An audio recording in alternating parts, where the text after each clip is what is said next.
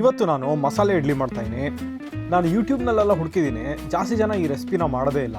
ಆದರೆ ನನಗೆ one of my favourite recipes ಇದು. ಎಸ್ಪೆಷಲಿ ಸ್ವಲ್ಪ ಇಡ್ಲಿ ಹಿಟ್ಟು ಮಿಕ್ಕಿದ್ರೆ ನಂಗೆ ಸಖತ್ ಇಷ್ಟ ಇದು ಮಾಡೋದಕ್ಕೆ.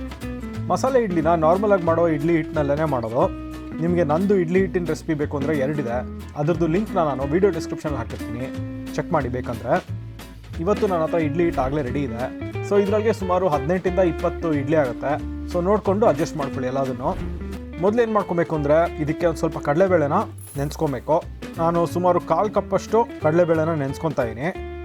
ಇದೊಂದು ಅರ್ಧ ಮುಕ್ಕಾಲು ಗಂಟೆ ಮಾಡ್ಕೊಂಡ್ರೆ ಸಾಕು. ಆಮೇಲೆ ಕಡಲೆಬೇಳೆನ ಈ ಥರ ಉಗ್ರಲ್ಲಿ ಈ ಥರ ಮಾಡಿದಾಗ ಮುರಿಬೇಕು. ಅದು ಮೆತ್ತಗಾದ್ಮೇಲೆ ಅದ್ರಲ್ಲಿರೋ ನೀರನ್ನೆಲ್ಲ ತೆಗೆದುಬಿಟ್ಟು ಹಿಟ್ಟಿಗೆ ಹಾಕ್ಕೊಳ್ಳೋಣ. ಅದಾದಮೇಲೆ ಸ್ವಲ್ಪ ಹಸಿಮೆಣಸಿನ್ಕಾಯಿನ ಹೆಚ್ಕೊಂಡು ಹಾಕೋಣ. ನಾನೊಂದು 4 ಹಾಕ್ಕೊತಾ ಇದ್ದೀನಿ. ಇದೇನು ಜಾಸ್ತಿ ಏನು ಖಾರ ಇರೋದಿಲ್ಲ.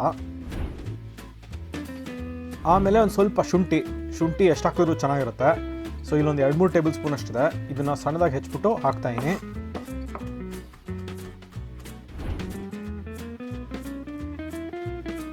ಆಮೇಲೆ ಒಂದು 2-3 ಟೇಬಲ್ ಸ್ಪೂನ್ ಅಷ್ಟು ಕೊತ್ತಂಬರಿ ಸೊಪ್ಪು, ಇದನ್ನು ಅಷ್ಟೇ ಸಣ್ಣದಾಗಿ ಹೆಚ್ಚುತ್ತಾಯಿದ್ದೀನಿ. ಸ್ವಲ್ಪ ಮೆಣಸು, ಒಂದು 2 ಟೀ ಸ್ಪೂನ್ ಅಷ್ಟು, ಇದನ್ನು ಸುಮ್ಮನೆ ಕುಟ್ಬಿಟ್ಟು ಹಾಕ್ತಾಯಿದ್ದೀನಿ. ಇದು ಫುಲ್ಲು ಪುಡಿ ಆದರೆ ಚೆನ್ನಾಗಿರೋದಿಲ್ಲ, ಸ್ವಲ್ಪ ಹಾಗೆ ಇದ್ದರೆ ಚೆನ್ನಾಗಿರುತ್ತೆ ಬಾಯಿಗೆ ಸಿಕ್ಕಿದಾಗ. ಆಮೇಲೆ ಇದಕ್ಕೆ 1 2 ಟೀ ಸ್ಪೂನ್ ಅಷ್ಟು ಜೀರಿಗೆ ಹಾಕೋಣ.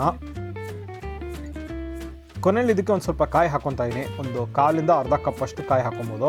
ನೀವು ಕಾಯಿನ ಚೂರು ಮಾಡಿ ಹಾಕಿದ್ರೆ ಇನ್ನೂ ಚೆನ್ನಾಗಿರುತ್ತೆ. ನನ್ನ ಹತ್ರ ತುರಿದಿರೋದಿದೆ, ಸೊ ಅದನ್ನೇ ಹಾಕ್ತಾಯಿದ್ದೀನಿ. ಬೇಕಂದರೆ ಇದಕ್ಕೆ ಒಂದು ಸ್ವಲ್ಪ ಈರುಳ್ಳಿನೂ ಹಾಕೊಬೋದು. ಫುಲ್ ಸಣ್ಣದಾಗಿ ಹೆಚ್ಕೊಂಡು ಈರುಳ್ಳಿ ಹಾಕ್ಕೊಂಡ್ರೂ ಚೆನ್ನಾಗಿರುತ್ತೆ.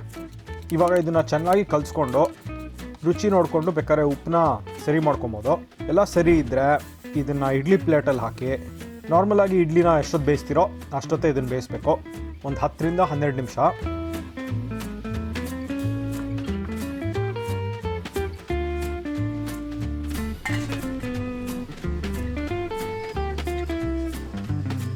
ಬೆಂದಾದ್ಮೇಲೆ ಇದನ್ನು ತೆಗೆದು 1-2 ನಿಮಿಷ ಅದನ್ನು ರೆಸ್ಟ್ ಮಾಡಿದ್ರೆ ಅದು ಈಸಿಯಾಗಿ ತೆಗಿಬೋದು. ಆವಾಗ ಇದನ್ನು ಸಿಂಪಲ್ಲಾಗಿ ಹಸಿರು ಚಟ್ನಿ ಜೊತೆ ತಿನ್ನೋಕ್ಕೆ ಸಖತ್ತಾಗಿರುತ್ತೆ. ಜೊತೆಗೆ ಬೇಕಾದ್ರೆ ತುಪ್ಪ ಮತ್ತು ಬೆಣ್ಣೆನೂ ಹಾಕ್ಕೊಬೋದು ಆಫ್ಕೋರ್ಸ್. ಅಷ್ಟೇ, ಇದು ಸಖತ್ ಸಿಂಪಲ್ ಮಾಡೋದು. ನೀವು ಇದನ್ನು ನಿಮ್ಮ ಮನೇಲಿ ಮಾಡ್ತಾಯಿದ್ರೆ ನನಗೆ ಕಾಮೆಂಟ್ ಸೆಕ್ಷನಲ್ಲಿ ಹೇಳಿ. ನೀವು ಇದನ್ನು ಮಾಡಿಲ್ಲ ಅಂದರೆ ಖಂಡಿತ ಟ್ರೈ ಮಾಡಬೇಕು, ಸಖತ್ತಾಗಿರುತ್ತೆ. ಸೊ ನಿಮಗೆ ಈ ವಿಡಿಯೋ ಇಷ್ಟ ಆಯಿತು ಅಂದರೆ ಲೈಕ್ ಮಾಡಿ, ಆಮೇಲೆ ಚಾನಲ್ಗೆ ಸಬ್ಸ್ಕ್ರೈಬ್ ಮಾಡ್ಕೊಳ್ಳಿ. ನಾನು ನಿಮ್ಮನ್ನ ನೆಕ್ಸ್ಟ್ ವಿಡಿಯೋದಲ್ಲಿ ಸಿಗ್ತೀನಿ. Thanks for watching. ಎಂಜಾಯ್.